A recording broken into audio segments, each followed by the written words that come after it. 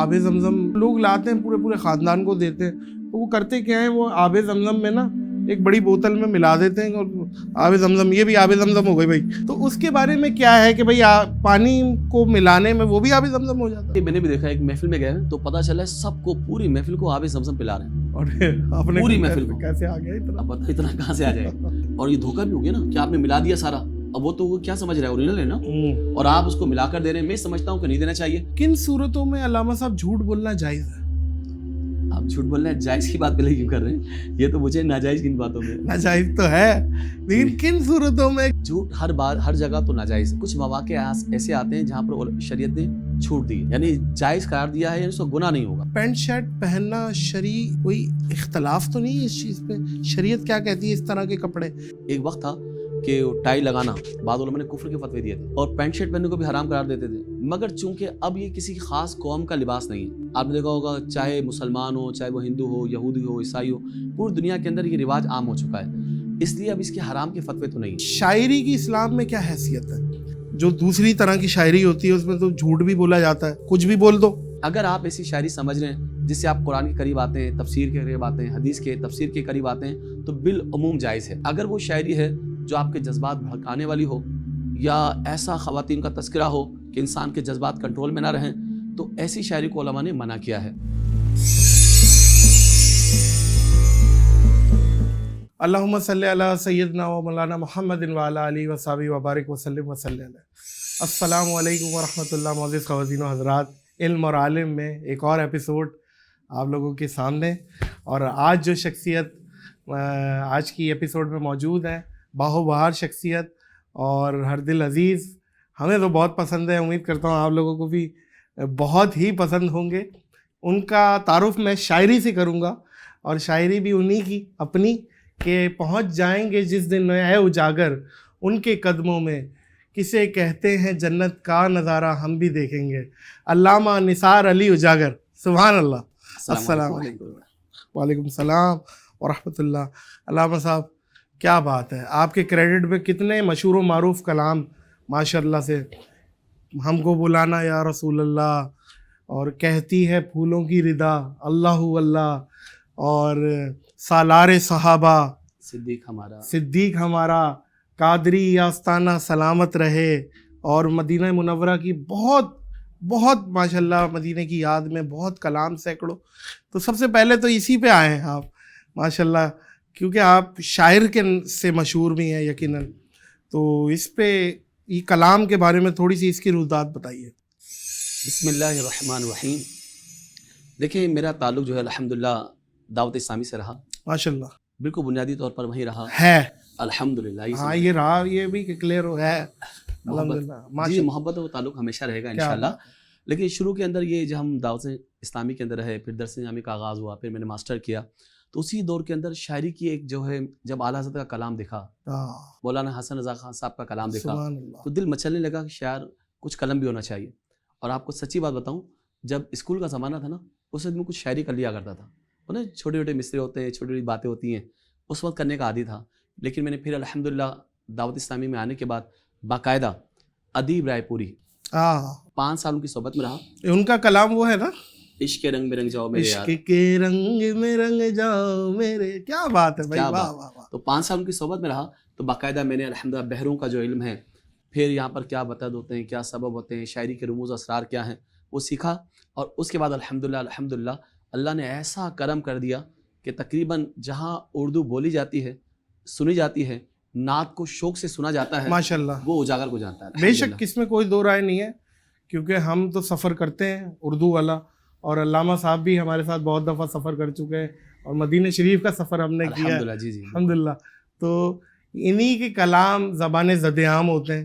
اللہ آپ کو جزائے خیر دے, آپ نے اتنے خوبصورت کلام لکھے ہیں ماشاء اللہ. اسی پہ علامہ صاحب ذرا میرا پہلا سوال ہے, شاعری کی اسلام میں کیا حیثیت ہے؟ اور کیونکہ شاعری میں جو دوسری طرح کی شاعری ہوتی ہے اس میں تو جھوٹ بھی بولا جاتا ہے, اور شاعری تو کچھ بھی بول دو. جی جی. تو شاعری کی اسلام میں کیا حیثیت ہے کہ شاعری کس طرح کی ہونی چاہیے, اگر ہونی چاہیے, یا کوئی منع ہے, یا نعت کی حد تک قابل قبول ہے, یا اجازت ہے؟ حدیث نے ہمیں ایک میزان دی ہے. اگر آپ مسلم شریف کی حدیث پڑھیں، سیاستہ کی حدیث پاک پڑھیں تو ہمیں کھل کر یہ بات سامنے آ جاتی ہے کہ شاعری کس طرح کی ہونی چاہیے۔ حدیث میں ارشاد ہوتا ہے کہ شاعری ایک کلام ہے، اس کا ایک اچھا ہے اور برا ہے۔ تو شاعری نے اجازت دی کہ حدیث میں ارشاد ہوا حسنہ حسن و قبیحہ قبیح، اس کا اچھا ہے اور برا ہے۔ یعنی جو شاعری آپ کو قرآن کے قریب کر دے، تفسیر کے قریب کر دے، حدیث کو سمجھنے میں مدد ملے، جس طرح ہم درس عامی کرتے ہیں تو بہت سارے عربی شعراء کے کلام پڑھائے جاتے ہیں، باقاعدہ پڑھائے جاتے ہیں، کیونکہ اس سے تشبیہات، استعارات، محاورات وہ انسان کو سیکھنے ہیں۔ اگر آپ ایسی شاعری سمجھ رہے ہیں جس سے آپ قرآن کے قریب آتے ہیں، تفسیر کے قریب آتے ہیں، حدیث کے تفسیر کے قریب آتے ہیں، تو بالعموم جائز ہے۔ اگر وہ شاعری ہے جو آپ کے جذبات بھڑکانے والی ہو یا ایسا خواتین کا تذکرہ ہو کہ انسان کے جذبات کنٹرول میں نہ رہیں، تو ایسی شاعری کو علماء نے منع کیا ہے، سننا بھی منع کیا گیا ہے۔ ظاہر سی بات ہے کہ انسان کو پاکیزہ رہنا، عام طریقوں میں، عام فہم میں اسے گانا باجا یا گانا باجا سمجھ لیں یا بھڑکتے ہوئے اشعار۔ آپ نے دیکھا ہوگا کہ کچھ ایسے اشعار ہیں جو انسان کے جذبات پہ کنٹرول نہیں رہتا، انسان خیالات میں وہاں پہنچ جاتا ہے۔ ہاں مقصود دیکھیں ڈاکٹر اقبال کی شاعری ہے، صحیح، ہمارے تمام خطباء کی زبان پر ہے، علماء کی زبان پر ہے۔ ایک اس صدی کے اندر ایسا انقلابی شاعر آیا جس نے لوگوں کو دین کے قریب کر دیا، اسلام کے قریب کر دیا۔ اب ان کی شاعری کیسی ہے؟ اب اسی دور میں جب میرے نبی صلی اللہ علیہ وآلہ وسلم کا زمانہ ہے، کفار ہجوم کر رہے ہیں اور معاذ اللہ حضور کی شان میں گستاخیاں کر رہے ہیں، تو میرے آقا نے فرمایا اے حسان تم ان کا جواب دو۔ ہاں حسان بن ثابت بھائی کیا بات ہے، تم ان کا جواب دو۔ واہ واہ اور واہ، فرمایا کہ روح الامین تمہاری تائید فرمائے۔ کیا بات ہے، روح القدس کے ذریعے روح القدس کے ذریعے ان کی تائید کی گئی، مدد فرما، ان کی مدد کی گئی۔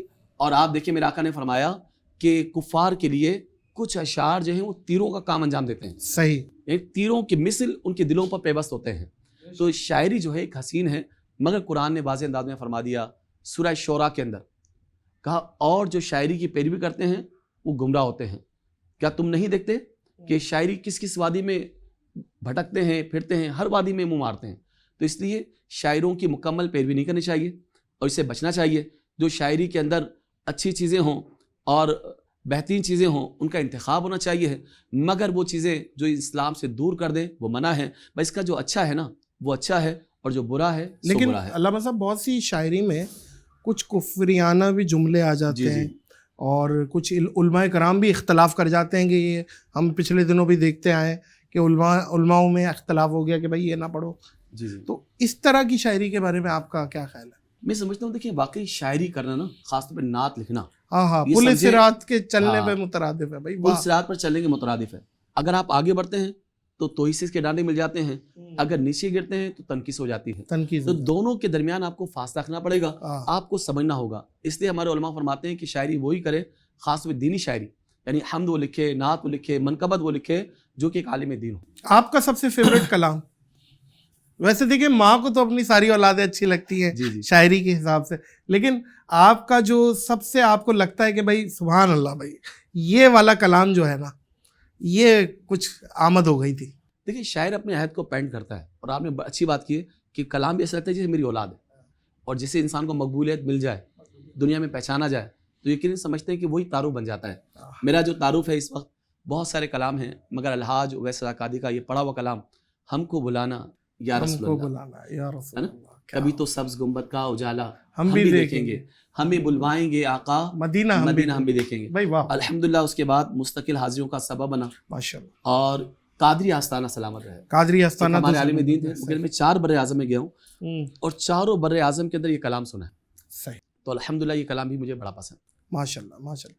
اچھا علامہ صاحب، کسی گھر میں اگر آسیب کا پتہ چل جائے یا آسیب کے اثرات ملے، یہاں نہیں ہے الحمدللہ، خیر آپ بھی دیکھ رہے ہیں یہاں الحمدللہ نہیں ہے، لیکن کوئی پتہ چل جائے کہ بھئی آسیب ہے اور کچھ چیزیں فیملی ڈسٹرب ہو رہی ہے، تو اس گھر کو چھوڑ دینا عقل مندی ہے یا اس پہ کوئی شریعت کچھ کہتی ہے، کوئی کچھ روحانی کوئی عمل کرانا ہوتا ہے یا کیا ہوتا ہے، اس کے بارے میں آپ کیا رائے؟ دنیا کے اندر، اس کائنات کے اندر جتنے انسان ہیں نا ان سے کئی گنا زیادہ جنات ہیں، کئی گنا زیادہ، بلکہ ہر گھر کے اندر جہاں باتھ روم ہوتا ہے نا تو وہاں بھی سمجھے جنات موجود ہوتے ہیں، اچھا، ہر گھر کے اندر۔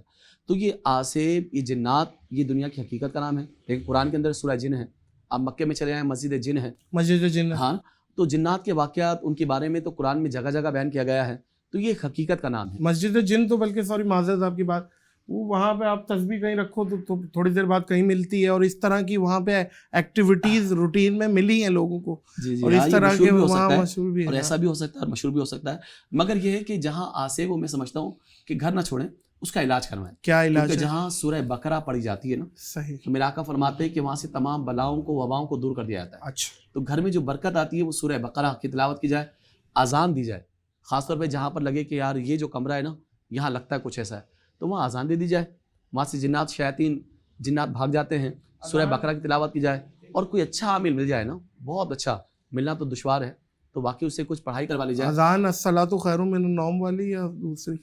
جی جی, اذان فجر کی بھی تو ہے. اگر فجر کے وقت دے رہے ہیں تو آپ وہی دے دیں. اچھا, وہی دے دیں. ہاں, اور باقی وقت میں دے رہے ہیں تو آپ جو چاہے دے دیں, کیونکہ اذان سے مراد تو بس اللہ کا کلمہ بلند کرنا ہے. یہ بالکل بالکل بالکل. بلکہ علامہ صاحب یہ عوام بھی تھوڑی سی, میں اس چیز میں بولوں گا, جو تھوڑے سے لوگوں کا بھی ایک رویہ بن جاتا ہے, کسی کو نکالنے کے لیے بھائی یہاں سیب ہے ڈرا دیا جاتا ہے, یا کوئی مالک مکان نہیں دینا چاہ رہا ہے, یا جو بھی ایکس وائی زیڈ وہ مشہور کر دیتا ہے کہ بھائی گھر میں آسیب ہے, اور اس سے بھی لوگ وہ ہوتے ہیں. یہ کہیں سنی بھی بات ہوتی ہے کہ بھائی ایک مشہور کر دیا بھائی یہاں آسیب ہے.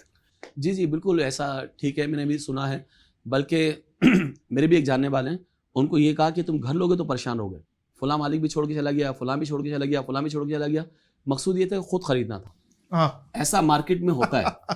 تو میں سمجھتا ہوں کہ اسے انسان کو ڈرنا چاہیے. اگر کسی انسان کے لیے آپ نقصان پہنچا رہے ہیں تو بہت بڑا نقصان ہے, آپ بالکل نہ ڈریں, کیونکہ یاد رکھیں میں نے ایک حدیث پڑھی ہے, میرے آقا فرماتے ہیں اگر کسی انسان کے لیے اس کو نقصان پہنچانے کے لیے دنیا کے تمام جنات اور تمام انسان مل بھی جائیں تو اسے نقصان نہیں پہنچا سکتے. کیا بات. اب سیدھی سی بات بتائیں, دنیا کے تمام جنات تمام انسان مل کر ایک مومن کو نقصان نہیں پہنچا سکتے, تو اکیلا فرد کیسے پہنچا سکتے؟ کیا بات. تو یہ وہم نکال دیں, توہمات نکال دیں, آپ اللہ سے ڈریں. جو اللہ سے ڈرتا ہے نا پھر وہ کسی سے نہیں ڈرتا. کیا بات ہے بھائی, بے شک بے شک. اچھا علامہ صاحب, اب تو آب زمزم جب عمرہ سے لوگ آتے ہیں وہ لے کے آتے ہیں, پہلے بہت کثیر کوانٹٹی میں لوگ لاتے تھے کہ بھائی جتنا لا سکتے ہیں لے آئے. اب انہوں نے 5 لیٹر کر دیے مخصوص ایک پاسپورٹ پہ, تو لوگ لاتے ہیں پورے خاندان کو دیتے ہیں. تو وہ کرتے کیا ہیں, وہ آب زمزم میں نا ایک بڑی بوتل میں ملا دیتے ہیں, اور آب زمزم, یہ بھی آب زمزم ہو گئی بھائی. اس طریقے سے ایک لوگ ظاہر ہے اپنے حساب سے قیاس کر لیتے ہیں کہ بھائی سب کو مل جائے. تو اس کے بارے میں کیا ہے کہ بھائی پانی کو ملانے میں وہ بھی آب زمزم ہو جاتا ہے؟ دیکھیے واقعی میں نے بھی دیکھا, ایک محفل میں گئے تو پتہ چلا ہے سب کو پوری محفل کو آب زمزم پلا رہے ہیں, اور اپنے پوری محفل کو. کیسے آ گیا اتنا؟ اب بتا اتنا کہاں سے آ جائے. تو لوگ یہی کرتے ہیں کہ وہ پانی میں ملا دیتے ہیں. میں سمجھتا ہوں کہ یہ نہیں کرنا چاہیے. جب آپ دیں تو آپ بالکل آپ ریئل دے دیں, ریئل دے دیں, بھلے 2 گھونٹ ہو, 2 گھونٹ دے دیں, صحیح, چھوٹی چھوٹی بوتل میں دے دیں, آپ ریئل دے دیں. ہاں جس کے گھر میں پہنچ جائے وہ اضافہ کرنا چاہے تو کر جائے, کیونکہ آب زمزم کے ایک قطرے میں بڑی برکت ہے. اور تجربے کی بات ہے کہ ہم نے بڑی بوتل میں ڈال کر دیکھا ہے, تو جو زمزم کی برکتیں ہیں نا اس میں شامل ہو جاتی ہیں, اس کا اثر بھی ہوتا ہے, وہ مرض سے شفا بھی مل جاتی ہے, بہت فائدہ ہوتا ہے. لیکن جو بانٹنے والا ہے نا, کیونکہ لینے والا ہے نا وہ سمجھتا ہے یہ اوریجنل ہے. اب مجھے بھی آتے ہیں وہ لوگ یہی کہتے ہیں یار وہ زمزم دے دیں, یار گھر میں بیماری ہے زمزم دے دیں. اب وہ نیت کیا کر رہا ہے, یا مجھے اوریجنل دے رہا ہے, اور وہ پھر اور آپ اس کو دھوکہ دے رہے ہیں, ملا کر دے رہے ہیں. تو میں سمجھتا ہوں کہ تو خیانت بھی ہو سکتی ہے, دھوکہ بھی ہو سکتا ہے. یہ دھوکہ بھی ہے, اور یہ دھوکہ بھی ہو گیا نا کہ آپ نے ملا دیا سارا.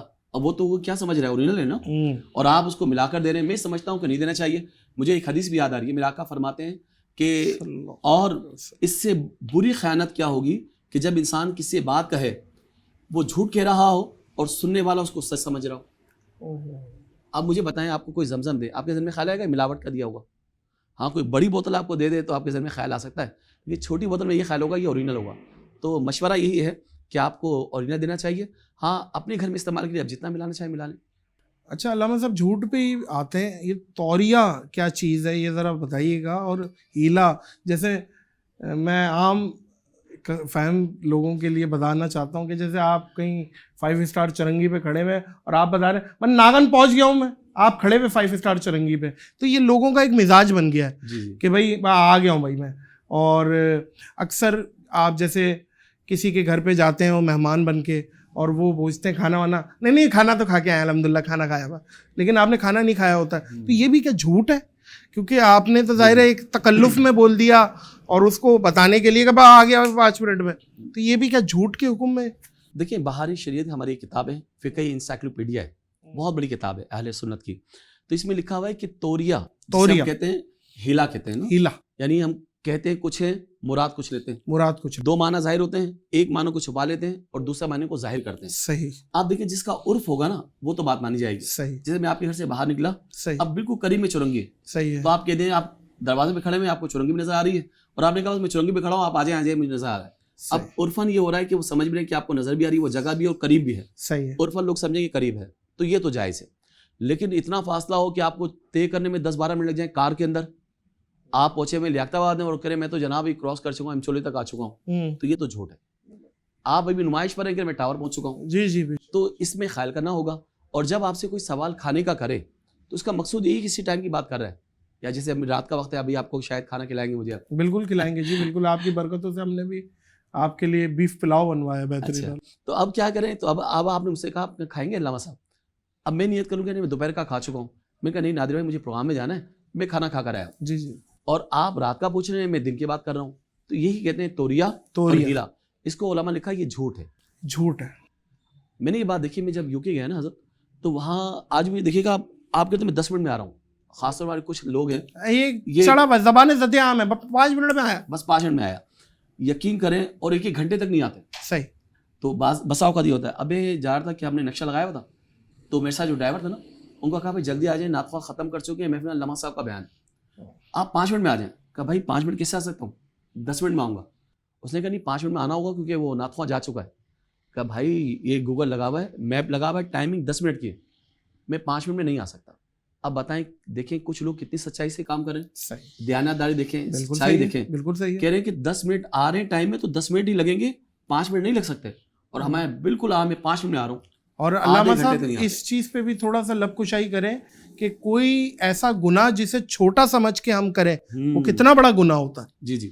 کہ اس کو حقیر جان کے کیا جائے کہ یہ تو کوئی ایسی بات ہی نہیں ہے. یقیناً لوگوں کے ذہن میں یہی ہوگا کہ یار ٹھیک ہے نا، ابھی 2 منٹ میں پہنچ ہی جائیں گے. لیکن اس کا بیکلیش کیا ہے وہ علامہ صاحب سے سن لیں. بھائی عام سی مثال ہے، مجھے بتائیں گودام بھرا ہو، لکڑی کا ہو یا گتے کا ہو، کچھ بھی ہو، اگر وہاں ایک چنگاری کو گرا دیا جائے یا شعلے کو گرا دیا جائے یا آگ ڈال دی جائے، بھائی واہ واہ واہ، آگ لگے گی نا بھائی، واہ واہ، آگ لگے گی. اب یہی مثال ہے کہ گناہ چاہے وہ چھوٹا ہو یا بڑا، آگ لگانے کے لیے کافی ہوتا ہے، آگ لگانے کے لیے، اور جہنم میں پہنچانے کے لیے کافی ہوتا ہے. اور جو انسان یہ تصور کر لے کیا یہ تو چھوٹا گناہ ہے، کچھ نہیں ہوگا، تو جب یہ تصور کرتا ہے وہ گناہ بڑا ہو جاتا ہے.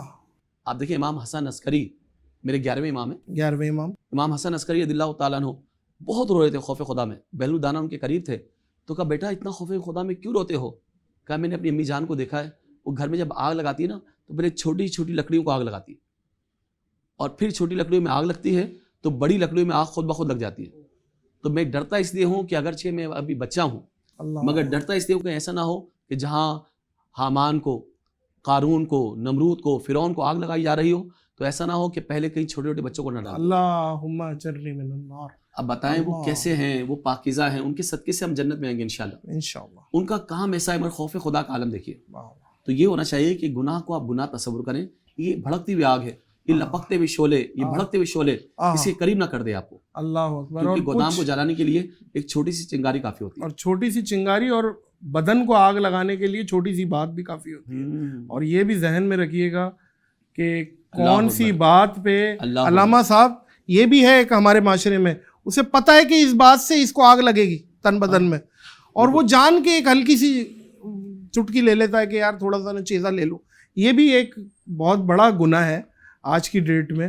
اس چیز سے بھی اجتناب کیا جائے. علامہ صاحب پانی کی ٹنکی میں اگرچہ کوئی جوتا ہے، چپل یا کوئی گندگی گر جائے تو کیا پوری ٹنکی ناپاک ہو جاتی ہے؟ یا بظاہر ہے اس ٹنکی کو صاف کرنا بھی کوئی آسان عمل تو ہے نہیں. سارا پانی نکالیں، پھر ٹنکی صاف کریں، پھر پانی ڈالیں، پھر پانی کے اتنے مسائل چل رہے ہیں، سمجھ رہے ہیں بات کو. تو وہ پانی کے حوالے سے وہ جو ٹنکی میں چپل جوتا گر گیا یا کوئی ایسی چیز گر گئی ناپاک سی، تو کیا پوری ٹنکی؟ دیکھیں فقہی بات میں جب آئے گی نا تو ہم دیکھیں قرآن کا حکم کیا ہے، علماء کے فتاویٰ کیا ہے. ہم اپنی عقل سے فیصلہ نہیں کر سکتے، ہمیشہ یہ ذہن بنا لیں. اگر وہ عام چپل گر گئی، جیسے آپ کی چپلیں گھر میں ہوتی ہیں، تو ہر چپل ناپاک نہیں ہوتی، صحیح، ہر جوتا ناپاک نہیں ہوتا. میں تو بلکہ یہ یہاں بات کہتا ہوں کہ یہ چپل ناپاکی سے بچاتی ہے، ناپاک تھوڑی ہوتی ہے. ہاں، تو بسا اوقات یہ دیکھیں جب تک آپ کو یقین کامل نہ ہو کہ چپل ناپاک ہے یا جوتا ناپاک ہے، تو یقیناً کیا ہوگا عرف میں وہ چیز پاک ہوگی. تو آپ یہ تصور کر لیں کہ عام چپلیں گھر میں آپ گھر میں گھوم رہے ہیں تو ہر چپل ناپاک نہیں ہے. بے شک. اگر وہ گر جائے تو سمجھے ناپاک نہیں ہوا. ہاں اگر کوئی واقعی گندگی گر جائے, واقعی چپل ناپاک تھی, پانی ناپاک ہو گیا, تو اب چونکہ دہ در دہ یعنی 10x10 کا جو بڑا تالاب ہوتا ہے جی. اس کے حکم میں عام ٹنکیاں نہیں آتی. اچھا. عام گھروں میں جو ٹنکیاں ہوتی ہیں وہ اتنی بڑی نہیں ہوتی. صحیح. تو یقیناً اگر کوئی ناپاک چیز گر گئی, گندگی والی چیز گر گئی, یا پیشاب کی کوئی کپڑا جو اس میں گر گیا, تو بال یقین وہ ناپاک ہو جائے گی. اس ناپاکی کو آپ سارا پانی باہر نکالیں گے, اس کو خشک کریں گے, پھر آپ نیا پانی ڈال سکتے ہیں. بالکل ٹھیک ہے, بالکل ٹھیک ہے. اچھا علامہ صاحب, اگر امام معذور ہے تو اس کے پیچھے نماز ہو جاتی ہے؟ معذور ہو امام. دیکھیں معذور کی کئی چیزیں ہیں نا, دیکھا جائے گا اس کا مرض کون سا ہے, وہ معذوری کیسی ہے. اب نماز کے شرائط ہیں, نماز کے فرائض ہیں. جب کوئی فرض اسے ادا نہیں ہو پا رہا ہے, یعنی اگر ایسا معذور ہے اس کا ایک پاؤں بالکل ہی نہیں ہے. صحیح ہے. اب وہ ظاہر سی بات ہے سجدے کے اندر پاؤں کی جو انگلیاں ہیں اس کا لگنا بھی فرض ہے, اور آپ کے گھٹنے کا لگنا بھی فرض ہے, کیونکہ 7 ہڈیوں پہ جو ہے سجدہ فرض ہوتا ہے. صحیح. اگر کوئی ایسا معذور ہے کہ کوئی فرض کا ترک ہو رہا ہے تو اس کے پیچھے نماز نہیں ہوگی. اگر اتنا سا معذور ہو کہ جس سے فرائض سارے ادا ہو رہے ہیں تو اس کے پیچھے نماز ہو جائے گی. کیونکہ اس طرح کے بھی واقعات ریکارڈ میں آئے کہ کافی عرصے سے مسجد کے امام تھے اور ان کا ایکسیڈنٹ ہوا, اور وہ کیونکہ وہ مسجد کے امام تھے تو وہ بیٹھ کے پڑھا رہے ہیں نماز, تو ایسے یہ حکم ان کے لیے بھی لگے گا؟ نہیں, یہ بیٹھ کے پڑھانے, دیکھیں قیام کرنا فرض ہے. اب جو امام قیام جو کر رہا ہے اس کے پیچھے نماز پڑھنے والے وہ بیٹھا ہوا ہے پیچھے کھڑے میں مقتدی, اب ان کی نماز نہیں ہو سکتی, نہیں ہوگی, کیونکہ امام ایسا ہونا چاہیے جو اتنا معذور نہ ہو. ہاں اگر سارے بیٹھ کے پڑھنے والے لوگ ہیں, مثال ایک ہی ماڈل کے لوگ جمع ہو جائیں, جی سارے معذور ہیں, ان کی امامت تو کر سکتا ہے, واو, مگر جو صحت مند ہیں جو قیام کر سکتے ہیں ان کی امامت نہیں کی جا سکتی. کیا بات ہے, کیا اچھی بات ہے, ایک ہی ماڈل کے سارے جمع ہو جائیں. جی. کیا کیا تو اس دنیاوی مثال آپ دی. دیکھو نابینا کی یہ بھی تو نابینا بھی ہو سکتا ہے, معذور ہے, لیکن اس کے پیچھے نماز جائز ہے. نابینا کے پیچھے جائے. جی ہاں, آپ نے دیکھا ہوگا, دیکھیں اس میں کون سا فرض ترک ہو رہا ہے. وہ حافظ قرآن بھی ہے, اس کا رکوع بھی صحیح ہے, اس کا سجود بھی صحیح ہے, اس کی قرات بھی اچھی ہے, تو حالانکہ وہ معذور ہے مگر نابینا کے پیچھے نماز ہو جائے گی. کیا بات ہے, کیا بات ہے. اور اکثر مساجد میں فارم کی جانمازیں ہوتی ہیں, مطلب پیر رکھو تو پش بھی ہوتا ہے, فارم ٹائپ کا موٹا فارم, اس پہ سجدہ کرنا اور اس پہ نماز پڑھنا, کیونکہ ہم مٹی سے فرش پہ آئے, فرش سے چٹائی پہ آئے, چٹائی سے پھر یہ فارم پہ آئے آج کل, فارم وغیرہ, تو اس پہ کیا علماء کرام کہتے ہیں, شریعت کیا بہت دقت ہے بھائی, اس میں بہت دقت ہے. بسا اوقات یقین کریں کہ سجدہ کرنا دشوار ہو جاتا ہے. آپ دیکھیں جب سجدہ ہوتا ہے نا تو 7 ہڈیوں پہ فرض ہوتا ہے, دونوں پاؤں ہو گئے, دونوں گھٹنے ہو گئے, دونوں ہاتھ 6 ہو گئے, اور ساتھ میں آپ کی پیشانی اور یہ ناک کا نرم حصہ. تو یہ 2 چیزیں جو ہیں اس کا زمین پہ لگنا, زمین کی سختی کو محسوس کرنا, یہ لازمی ہے. اب جب تک اب اتنا اونچا فارم ہے, مثال ہے اب آپ کا نہ زمین تک صحیح اس میں ٹکرا رہی ہے, نہ زمین کی سختی محسوس ہو رہی ہے, بالکل ایسا لگ رہا ہے کہ آپ بالکل یوں آرام سے سجدہ کر لیا. اور آپ نے دیکھا ہوگا لوگ ہمارے بھی کتنے مطمئن ہیں, سجدہ کرتے ہیں بالکل ہلکا سا ٹچ کرتے ہیں, پتہ نہیں ان کی زمین خراب ہو جائے گی, نشان پڑ جائے گا کیا ہے, یا ان کا میک اپ خراب ہو جائے گا. آپ ایسی نماز پڑھیں اپنے رب کی بارگاہ میں, کس کی بارگاہ میں جھک رہے ہیں, سبحان اللہ, آپ کی زمین ایسی جھکی ہو کہ زمین کی سختی محسوس ہو رہی ہو, اور جب تک زمین کی سختی محسوس نہیں ہوگی آپ کی نماز نہیں ہو سکتی. اگر آپ نے ٹچ کیا ہوا ہے یا آپ کا سر کوئی ہاتھ رکھے اور وہ پش کر دے, آپ کا سر دھستا جا رہا ہو, تو ایسے میں نماز نہیں ہوگی. ہاں ہلکا پھلکا قالین ہے جس سے زمین کی سختی محسوس ہو جائے تو نماز ادا ہو جائے گی.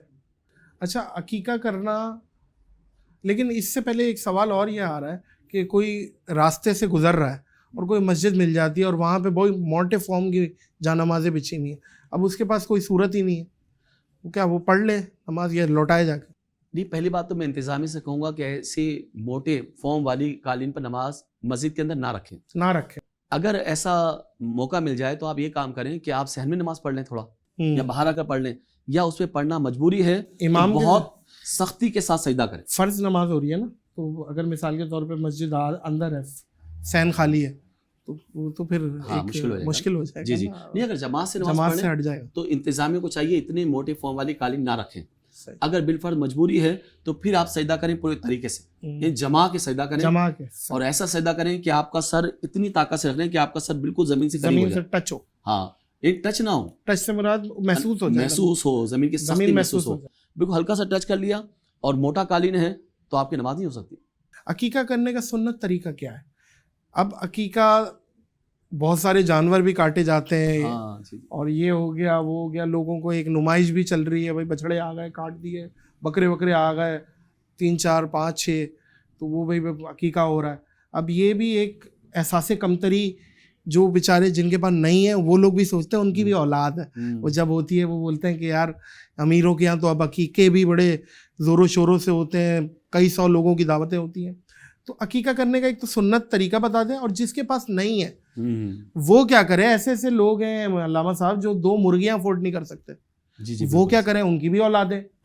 ٹھیک ہے, اس میں تھوڑا سا طویل جواب دینا چاہوں گا. دیکھیں عقیقہ یہ عقن سے مشتق ہے, اس کا مطلب ہوتا ہے کاٹنا, اس کے معنی ہے. چونکہ ہم اس میں جانور ذبح کرتے ہیں, جانوروں کو کاٹتے ہیں, اس لیے ہم کہتے ہیں عقیقہ. صحیح. اور یہ آج سے نہیں, اسی امت مسلمہ میں نہیں ہے, بلکہ ہم نے دیکھا ہے کہ یہود و نصارہ بھی عمل کیا کرتے تھے. اچھا. مشرکین مکہ بھی عمل کیا کرتے تھے. ایک یہودی کیا کرتا, جب اس کی اولاد ہوتی تو وہ جانوروں کو ذبح کرتا, اور ذبح کرنے کے بعد اس کا ناپاک گندا خون بچے کے سر پہ لگا دیتے, اور کہتے آج یہ پکا یہودی ہو گیا. اور یہی کام عیسائی کرتے کہ وہ کیا کرتے کہ جانور ذبح کرتے بچے کے نام پر, اور اس کا گندا خون بچے کے سر پہ لگا دیتے, اور کہتے اب یہ پکا عیسائی بن گیا. تو ان کو دیکھتے ہوئے کفاران مکہ نے بھی کرنا شروع کر دیا, کفاران قریش نے بھی کرنا شروع کر دیا, وہ بھی گندا خون لگاتے. لیکن آپ دیکھیں سنت جو ہے, اب میرے آقا کا طریقہ کار کیا ہے. جب میرے مولا حسن پیدا ہوئے, بھائی واہ, جب میرے مولا حسین پیدا ہوئے, تو میرے آقا دو عالم کے داتا صلی اللہ علیہ وآلہ وسلم نے, آپ نے جانوروں کو ذبح کیا, اور ذبح کرنے کے بعد آپ نے ان کا گندا خون مولا حسن کے سر پہ لگا, کیونکہ ہر طرح کی گندگی تو ان سے دور کی گئی. واہ واہ واہ. جو دل آج بھی گندے ہیں وہ ان کے قریب نہیں آتے. اہل بیت کے قریب وہی آئے گا جن کے دلوں میں پاکیزگی ہوگی, بھائی واہ واہ, جن کے خیالات میں پاکیزگی ہوگی. کیا بات ہے. اب میرے آقا دو عالم کے داتا صلی اللہ علیہ وآلہ وسلم کی سنت کریمہ یہ ہے, آپ نے زعفران کو ان کے سر پہ لگایا. اچھا. اور اس سے پہلے جتنے بال تھے نا, ان سب کو بالوں کو اتروایا, اور بالوں کے بس چاندی کو رکھا, ان کے وزن کے برابر چاندی کو صدقہ کر دیا. صحیح. اب سنت رسول یہ ہے کہ 6 دن کے بعد 7ویں دن عقیقہ کرنا سنت رسول ہو گئی. صحیح. سر کے بال اتارے گئے 2 سنت, اور بالوں کے بس چاندی کو خیرات کیا گیا, اور چوتھی بات فرمائی آپ نے زعفران کو ان کے سر پہ لگا دیا گیا. تو یہ سنت ہو گئی. اب یہ جو ہے یہ سنت طریقہ ہے, اسی کو اختیار کرنا چاہیے. اور وہ لوگ سمجھتے ہیں پکا یہودی ہو گیا, یا پکا عیسائی ہو گیا, یا پکا مشرک ہو گیا ہے, تو وہ سمجھتے ہیں کہ پکے گہرے رنگ آ گئے ہیں. میں سمجھتا ہوں کہ نہیں, جو حضور کا طریقہ ہے اس سے پکے رنگ آتے ہیں. بے شک. وہ سچا مسلمان بنتا ہے, وہ پکا مسلمان بنتا ہے. پھر ایسا رنگ چڑھتا ہے جو نہ پانی سے دھلے, نہ دھوپ سے اڑے, نہ وقت گزرنے پر پھیکا پڑے. واہ واہ. لیکن جن کے پاس نہیں ہے استطاعت, اب وہ کیا کریں علامہ صاحب, ان کا بھی مسئلے کا حل بتائیں. اچھا, اس میں ایک حدیث مجھے ملتی ہے, حدیث کے الفاظ کچھ اس طرح کے ہیں, الولد مرتہن بعقیقتہ, بچہ اپنے عقیقے کے اندر گروی ہوتا ہے, اس کی جان, یعنی ہاں اس کی جان. اب مطلب کیا ہوا کہ بچے کا ماں باپ پر حق یہ ہے کہ بچے کا اچھا نام رکھا جائے, اچھا نام, اس کی تربیت کی جائے, اور اس کی طرف سے عقیقہ کیا جائے. صحیح. تاکہ اس سے کیا فائدہ ہوتا ہے, بچے میں اچھے شمائل پیدا ہوتے ہیں, ٹھیک ہے, اچھے اخلاق پیدا ہوتے ہیں, ٹھیک ہے, اچھی تہذیب پیدا ہوتی ہے. صحیح. ہاں جو بیچارہ غریب ہے, آپ دیکھیں غریب ہے نا, جب غریب ہوتا ہے تو اس پہ حج بھی فرض نہیں ہوتا, نہیں ہوتا, کیا خیال ہے, زکوٰۃ بھی فرض نہیں ہوتی. بے شک. اگر بالکل فقیر ہے, مسکین ہے, تو اسی طرح, اور یہ تو سنت عمل ہے. ہاں, تو یہ فقیر ہے, مسکین ہے, جب اس پہ حج فرض نہیں ہو رہا, واجب فرض نہیں ہو رہا, زکوٰۃ اس میں فرض نہیں ہے, تو یہ مستحب عمل ہے. مستحب عمل ہے. جب پیسہ آ جائے اس کے پاس زندگی میں تب کر لے, تب کر دے, 10 سال بعد, 15 سال بعد, اللہ کرے وہ نیت کرے, اور نیت کے ساتھ ہی اس کے ساتھ یہ کام. بے شک بے شک بے شک علامہ صاحب. بلکہ کچھ لوگ تو سنت کو کہتے ہیں نا کہ یار سنت ہے, ٹھیک ہے, اس کو فرض علوم پہ چلتے ہیں, لیکن صحابہ تو سنت کو سنت سمجھ کے کرتے تھے. آپ یہ دیکھیں, یعنی ہم سنت کو سنت سمجھ کے چھوڑ دیتے کہ بھائی سنت چھوڑ دیں. یار میں نے دیکھا ہے,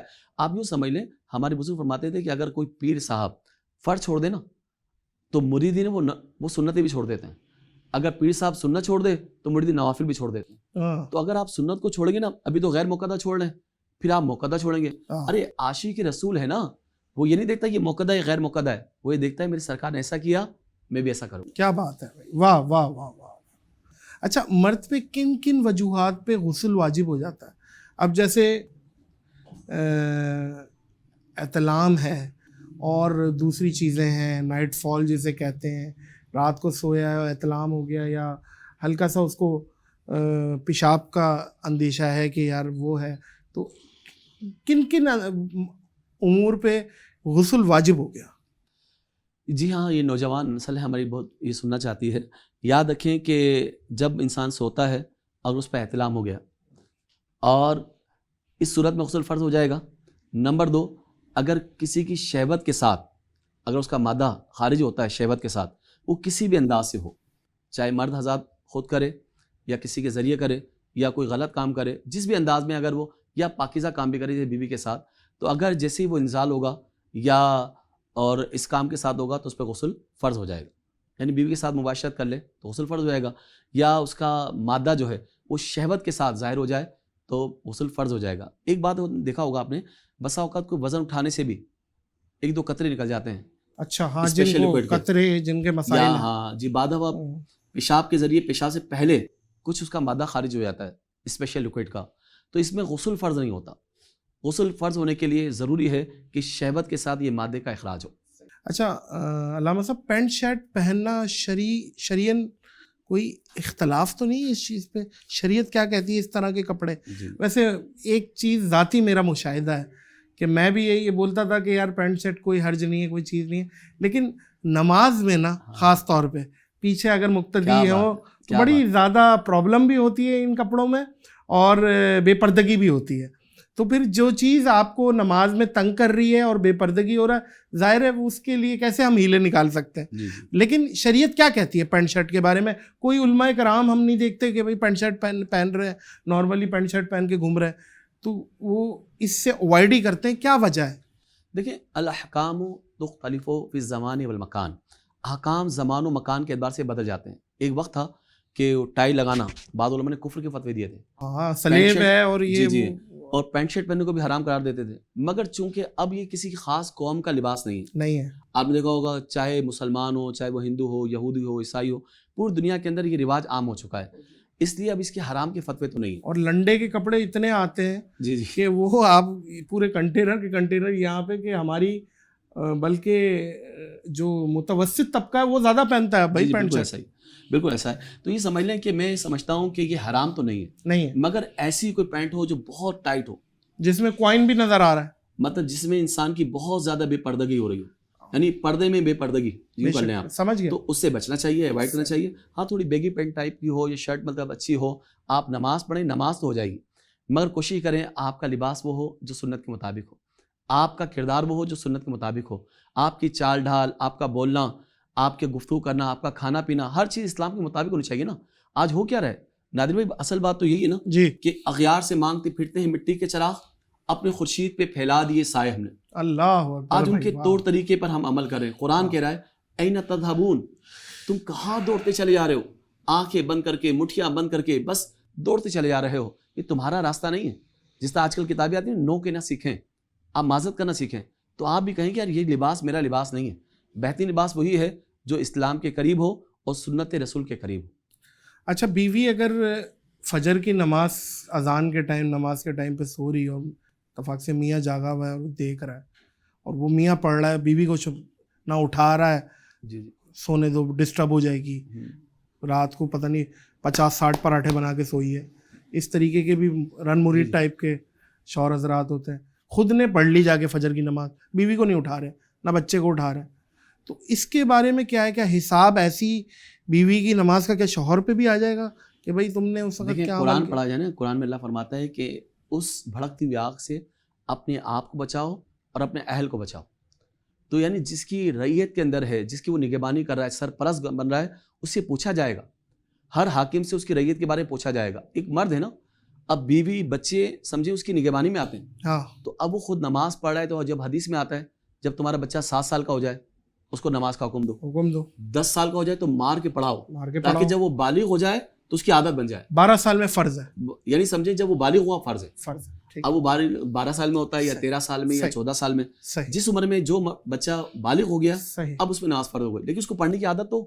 ابھی کیا ہو گیا, آپ سچ بات بتائیں, اگر میرے کپڑے پریس نہ ہو تو بیوی کو میں غصہ کروں, جی غصہ کرتے ہیں, اور کھانا وقت پہ نہ پکے, نمک زیادہ بڑھ جائے تو کٹاس ہو جاتی ہے سر. ہاں, تو اب یہ پوچھ رہے ہیں مہمان آ گئے, کچھ کمی رہ گئی تو آپ کے گھر میں لڑائیاں ہو گئی.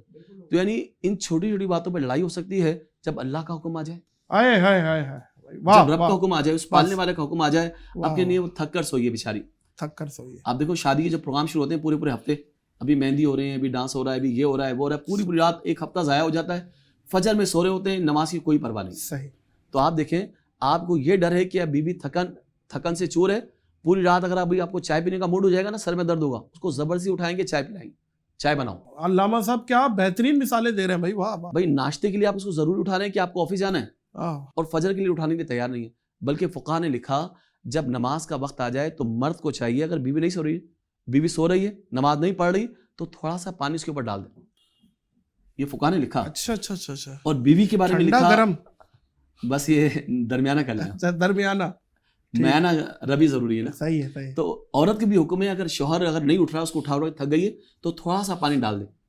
اب ایسا نہ ہو سخت ترین سردی ہو اور فریج کا پانی ڈال لیں, یہ نہ کریں, تو بیچ میں آ جائیں, درمیان میں. تو آپ کو کرنا چاہیے. میں کہتا ہوں آپ نے ایک چیز اور دیکھی ہوگی, 4 سال کا بچہ ہے, 5 سال کا بھی مونٹیسری میں پڑھ رہا ہے, جی, اس کو زبردستی اٹھاتے اسکول جائے, بچہ رو رہا ہوتا ہے, چیخ رہا ہوتا ہے, چلا رہا ہوتا ہے. یہ بھی ایک عجیب کلچر ہے, پتہ نہیں کون سی تعلیم دی جا رہی ہے. بچہ رو رہا ہے, مچل رہا ہے, اس کو مچلا رہے ہیں کہ نہیں جا اسکول جائے. یہ کیا ہے؟ اور یہ 12-14 سال کا بچہ سو جائے نا, کہتے ہیں سونے دو, یہ بچہ ہے. یعنی 14 سال کا نماز پڑھنے کے لیے بچہ ہے, اور یہ 4 سال کا اسکول کا جو بچہ جا رہا ہے, یہ بچہ نہیں ہے. یہ جوان ہو گیا, اس کو اسکول بھیجنا ہے, وہ 14 سال کا بچہ سو رہا ہے, وہ بچہ ہے نہیں. بلکہ میں علامہ صاحب آپ کی اجازت سے ایک بات بولوں گا. جی. اس شوہر کو یا اس بیوی کو جو نماز پڑھ رہی ہے, یا شوہر نہیں پڑھ رہا, شوہر پڑھ رہا ہے تو بیوی نہیں پڑھ رہی, کہ آپ کا کیا ارادہ ہے کہ آپ بروز محشر جب حساب ہو اور آپ کا جنت کا فیصلہ ہو اور آپ کی فیملی جائے دوزخ میں, کیسا لگے؟ اللہ اکبر. تو اس چیز کا خیال رکھیں. سختی جہاں پہ, جیسے علامہ صاحب نے جہاں اجازت دی ہے, ہمارا مذہب اجازت دیتا ہے کہ ول آف گاڈ ہے. اللہ جب اللہ کی بات آ گئی ہے نا, تب وہاں پہ مخلوق کی اطاعت ختم. اللہ اکبر, اللہ اکبر. تو وہاں پہ اب آپ نے ول آف گاڈ کو فالو کرنا ہے, اور کوئی ایسی بات نہیں ہے. علامہ صاحب بہت اچھی بات. اگرچہ نماز کے حوالے سے ہی بتائیے گا, کوئی 15-17 گھنٹے مزدوری کر کے ہارڈ ورک, اور پیر کانپ رہے ہیں, اور گھر پہنچ رہا ہے, نماز کا وقت ہو گیا. اب وہ کہہ رہا ہے یار نماز پڑھنا تو ضروری ہے, لیکن بیٹھ کے پڑھ لیتا ہوں, اور وہ بہت زیادہ تھکا ہوا ہے, جسٹیفائڈ ہے کہ بہت تھکا ہوا ہے, تو کیا وہ بیٹھ کے پڑھ لے گا؟ دیکھیں, بیٹھ کے نماز نہیں پڑھ سکتے. جو صحت مند ہو, جو معذور نہ ہو, اور جو اس میں طاقت ہے, تو ضروری نہیں کہ اس وقت ضروری تو نہیں. نماز کا اگر ٹائم ہے تو تھوڑا لیٹ نماز پڑھ لیں. صحیح. جیسے آپ کو شدید بھوک لگی ہے, اور اب آپ کا ذہن میں آئے گا کھانا ذہن میں آ رہا ہے, تو علماء فرماتے ہیں پہلے کھانا کھا لے پھر نماز پڑھے. اچھا, یہ علماء لکھا پہلے کھانا کھائے, ورنہ نماز میں کھانے کا خیال نہ آ رہا ہو, ہر وقت رہے گا نماز ہی کھانا بن جائے گی. واہ واہ واہ. تو اس لیے آپ کو نماز پڑھیں تو آپ سکون لے لیں. اگر پاؤں میں درد ہو رہا ہے تو دوا بھی لیں, اور آپ پرسکون ہو کے نماز پڑھیں. کیونکہ اللہ کی بارگاہ میں جھک رہے ہیں نا, تو ذہن میں صرف یہ دیکھیں کہ میرا مولا مجھے دیکھ رہا ہے, میرا خدا مجھے دیکھ رہا ہے. اور ایسے کھڑے ہو جائیں کہ میں کہتا ہوں جو وہ نماز ہے نا پڑھنے والے ہیں, آپ پوری نماز ترجمے کے ساتھ یاد کریں. آپ کھڑے ہو کے نماز پڑھیں, اور کیونکہ کھڑا ہونا, قیام کرنا, یہ نماز میں فرض ہے. جو چیز فرض ہو گیا, فرض چھوڑ کر بیٹھ کے نماز کیسے ہو سکتی ہے؟ ہاں نفل نمازیں ہیں تو پڑھ سکتے ہیں. کسی کو اگر تجوید نماز نہ آتی ہو تو پرانی جو نمازیں اس نے پڑھی ہیں اس کو لوٹانا ہے واپس. دیکھیں عربی تجوید جسے ہم کہتے ہیں عربی گرامر, دیکھیں قرآن عربی میں زبان میں نازل ہوا نا. بے شک. آپ دیکھیں انگلش جب بولتے ہیں تو آپ ایکسنٹ بھی ٹھیک کرتے ہیں, لہجہ بھی ٹھیک کرتے ہیں, بلکہ بعد ہوتا ہے منہ بھی ٹیڑھا کرتے ہیں اور اسٹائل بھی مار رہے ہوتے ہیں, نقلی ایکسنٹ بنانے کی کوشش کرتے ہیں. تو جب آپ ایک نقالی کر رہے ہیں, آپ ایک زبان کو سیکھ رہے ہیں, یہ تو آپ کی اپنی زبان ہے, یہ تو اہل جنت کی زبان ہے بھائی. واہ, یہ قرآن کی زبان ہے, یہ میرے نبی کی زبان ہے. بس اب بتاؤ, اس کو اتنی عزت تو دو جتنی آپ انگریزی زبان کو دیتے ہیں. تو آپ پوری نماز کیا آپ عربی میں یاد نہیں کر سکتے یار؟ اب عربی گرامر کیا ہے دیکھیں, بہت معنی چینج ہو جاتے ہیں. اب میں آپ کو ایک چھوٹی مثال دوں. الحمدللہ, الحمدللہ تمام تعریفیں اللہ کے لیے. بے شک. ہا ہے حلوے والی ہا, اور کسی نے ہاتھی والی ہا سے پڑھ دیا نا الحمدللہ, معاذ اللہ ثم معاذ اللہ, اس کا مطلب ہے تمام اندھیرے اللہ کے لیے. اللہ اکبر. تمام تاریکیاں, ظلمتیں اللہ کے لیے, معاذ اللہ. بھلے اس کی نیت یہ نہ ہو, نہیں نیت نہ ہو, لیکن معنی چینج ہو رہے ہیں نا. اب میں کہوں سبحان ربی العظیم, پاک ہے میرا رب بڑی عظمت والا, بڑی بلندی والا, مگر کو پڑھ دے عظیم, عظیم کے معنی ہوتے سخت نہیں دشمن. اب معنی چینج ہو رہے ہیں, تو اس لیے میں کہوں گا کہ آپ عربی گرامر کو سیکھیں, اور تجوید کے ساتھ, اور اہل عرب کے اعتبار سے بلکہ اہل قریش کے اعتبار سے آپ قرآن کو سیکھیں. بے شک. نماز کو سیکھیں. قرآن کس زبان میں نازل ہوا پتہ ہے آپ کو؟ وہ لغت قریش میں نازل ہوا ہے. بلکہ عرب کی پوری دنیا ہے نا, مصر کی عربی الگ ہے آپ کو پتہ ہے, یمن کی تھوڑی سی الگ ہے, عراق والوں کی کچھ الگ ہے. تو ایون اسی طرح- سعودی عرب میں بھی اب علامہ جی، صاحب ڈفرینٹ جو Different. بدو عربی ہے ہاں جو گاؤں دیہات میں بولی بالکل. جاتی ہے وہ بہت پرانی، اور آج کل جو ماڈرنائز ہو کے جی، اور جی. جو آج کل بولی جاتی ہے وہ بہت زیادہ الگ ہے، لفظ بھی الگ ہے. تو اس کو میں کہوں گا یہ نہ کریں کہ نماز کو چھوڑ دیں، یہ بالکل مشورہ دوں گا. آپ نماز کو مستقل پڑھیں، ہاں عربی گرامر کو سیکھتے رہیں، تجوید پر محنت کرتے رہیں، اپنا ایکسنٹ اپنا لہجہ بناتے رہیں. انشاءاللہ اللہ کی رحمت سے امید ہے آپ کی نمازیں بھی قبول ہوں گی انشاءاللہ، اور آپ پڑھنا نہ چھوڑیں لیکن سیکھنا بھی نہ چھوڑیں. علامہ صاحب کیا لوگوں کا حشر عمل کے حساب سے ہوگا؟ حشر میں میدان حشر میں عرفات میں، یا نیتوں کے حساب سے ہوگا کہ بھئی نیت میں بھی اللہ اکبر. اس میں کہ اگر کسی کی نیت خراب تھی، نیت کھوٹی تھی، اس نے عمل نہیں کیا تو اس کا گناہ، اور اس پہ بھی اس پہ فیصلہ ہوگا نیت، کیونکہ تمہاری نیت، کیونکہ انما اعمال بالنیات. تو اس چیز پہ ذرا کھولیے گا اس کو. نہیں، قرآن پاک میں اللہ تعالیٰ ارشاد فرماتا ہے وما امروا الا لیعبدوا اللہ مخلصین، اور ہم نے حکم نہیں دیا، یعنی صرف اس بات کا حکم دیا ہے کہ مخلص ہو کر اللہ کی عبادت کریں. تو یہ مخلص ہونا کیا ہے، یہ اخلاص عمل کیا ہے، احضار نیت کیا ہے، یہ نیت کا ہونا ضروری ہے. انما الاعمال بالنیات، بالنیات. اعمال کا دار و مدار کس پر ہے؟ وہ آپ کی نیت پر ہے. دیکھیں آپ کی نیت اچھی ہو نا، آپ پوری بنیاد آپ کی ٹھیک ہوتی چلی آئے گی، پوری بلڈنگ آپ کی ٹھیک ہوتی چلی آئے گی. اگر نیت میں فساد آ جائے، بنیاد میں فساد آ جائے تو پوری عمارت صحیح قائم نہیں ہو سکتی. اس کے لیے لازمی ہے کہ آپ احضار نیت کریں، کیونکہ حدیث میں ارشاد ہوتا ہے مومن کی نیت اس کے عمل سے بہتر ہے. انسان جب نیت کرتا ہے اس کا اجر شروع ہو جاتا ہے، اس کا کام شروع ہو جاتا ہے. آپ دیکھیں جو بخاری شریف کی پہلی حدیث جو آپ نے پڑھی آپ نے، انما الاعمال بالنیات، اس کے اندر آگے یہ سمجھا رہی ہے حدیث. کیا سمجھا رہی ہے؟ یعنی جس نے ہجرت کی اللہ اور اس کے رسول کے لیے، بس اس کی ہجرت اللہ اور اس کے رسول کے لیے ہے. اور جس نے ہجرت کی حصول دنیا کے لیے، مال کمانے کے لیے، یا عورت سے شادی کرنے کے لیے، تو اس کی ہجرت اسی کاموں کے لیے ہے. یعنی اگر اس نے دنیا کا نفع کمانا چاہا، تجارت کرنی چاہیے، یا کسی عورت سے نکاح کرنا چاہا، تو اس کی ہجرت اسی کے لیے ہے. تو انسان کی جیسی نیت ہوگی نا ویسا ہی اس کا عمل ہوگا. آپ یوں سمجھ لیں کہ انسان کو اس کے اعمال بھی نا اس کی نیتوں کے مطابق اٹھائے جائیں گے. ایک حدیث پیش کرنا چاہوں گا یہاں پر. جی جی پلیز. میرے آقا فرماتے ہیں کہ صلی اللہ اے علیہ عائشہ، وسلم. ایک قوم ایسی ہوگی جو خانہ کعبہ کو مسمار کر دے گی. اللہ. استغفر اللہ ربی من کل ذنب واتوب الیہ. حدیث میں آتا ہے کہ وہ کعبے کو جب مسمار کرے گی، جب وہ لوٹے گی صحرا میں پہنچے گی، تو اللہ تعالیٰ اس کے تمام اگلوں اور پچھلوں کو زمین میں دھسا دے گا، ساری قوم دھس جائے گی. حضرت عائشہ رضی اللہ تعالیٰ عنہ عرض کرتی ہیں یا رسول اللہ صلی اللہ علیہ وسلم، تو ان کے جو پچھلے ہوں گے لوگ، جو وہ تو حملہ آور قوم میں شامل بھی نہیں ہوں گے، ان کے بازار بھی ہوں گے، ان کی عورتیں بھی ہوں گی، دیگر لوگ بھی ہوں گے، تو کیا سب کو دھسا دے گا اللہ تعالیٰ؟ میرے آقا فرماتے ہیں ہاں اللہ تعالیٰ سب کو دھسا دے گا، مگر ان کا حشر ان کی نیتوں کے مطابق ہوگا.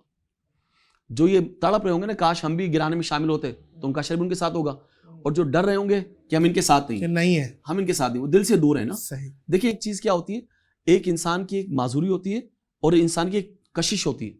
جن کا دل چاہتا ہے ہم اس میں شامل ہوں تو انہی کے ساتھ ہیں، اور جو ڈرتے ہوں گے اس کے ساتھ نہیں ہوں گے تو یقیناً پھر ان کا حشر اچھا ہوگا. کن صورتوں میں علامہ صاحب جھوٹ بولنا جائز ہے؟ آپ جھوٹ بولنا ہے جائز کی بات پہلے کیوں کر رہے ہیں؟ یہ تو مجھے ناجائز کن باتوں میں. ناجائز تو ہے، لیکن کن صورتوں میں کہ بھائی جیسے مجھے ایک چیز یاد ہو رہی ہے کہ بھائی میاں بیوی میں لڑائی ہو رہی ہے تو ان کو صلح کرانے کے لیے جھوٹ بولا جا سکتا ہے کہ بھائی دو گھر بس رہے ہیں. کن کن صورتوں میں جھوٹ بولنا جائز ہے؟ ہاں یہ آپ نے اچھی بات کی، لیکن یاد رکھیے گا جھوٹ ہر بار ہر جگہ تو ناجائز ہے. مگر کچھ مواقع ایسے آتے ہیں جہاں پر شریعت نے چھوٹ دی ہے، یعنی جائز قرار دیا ہے، یعنی اس کو گناہ نہیں ہوگا. حالانکہ جھوٹ بولنے والوں پر لعنت ہے اللہ کی، مشہور ہے لعنت اللہ علی الکاذبین، جھوٹوں پر اللہ کی لعنت ہے. اور کچھ چیزیں ایسی دنیا کے اندر آپ دیکھیں، کچھ چیزیں ایسی ہیں کہ پوری دنیا اس پہ متفق ہے، تمام ادیان کے اندر، تمام مذاہب کے اندر، تمام قوموں کے اندر، صحیح تمام ایک قبیلوں پیج کے پہ اندر ایک پیج پر ہے. یعنی جھوٹ بولنا یہ بتا دیں کس قوم میں روا سمجھا گیا. صحیح، بے شک پوری دنیا کے اندر. تو یہ وہ اصول ہے، مسلمہ اصول ہے کہ پوری دنیا اس کا اقرار کرتی ہے. جسے کہتے ہیں ظلم نہ کریں، مخلوق پہ رحم ہونا چاہیے، جھوٹ نہیں بولنا چاہیے، دیانتداری ہونی چاہیے، خیانت نہیں ہونی چاہیے. تو ایسے یہ عمل ہے. لیکن اسلام کہتا ہے کہ 3 اعمال ایسے ہیں، اس کو کہتے ہیں کہ جو نیت اچھی ہو. حدیث میں ارشاد ہوتا ہے کہ 3 طرح کے لوگ کو جھوٹ بولنا جائز ہے، ان کا گناہ نہیں ہوگا. نمبر 1 کہ میاں بیوی کے درمیان صلح کروانا، اور دوسری بات کہ مرد اپنی عورت سے جھوٹ بولے کسی بات میں، یعنی اس کو منانے کے لیے، یا عورت اپنے شوہر کو منانے کے لیے خاطر جھوٹ بولے. اب بسا اوقات دیکھا ایک جوڑا ہے بہت خوبصورت نہیں ہے، کہ مرد کہتا ہے تم کتنی خوبصورت لگ رہی ہو، واہ واہ واہ، اس کی دل جوئی کے لیے، بالکل بالکل، ہے نا. اخلاقیات بھی ہے نا.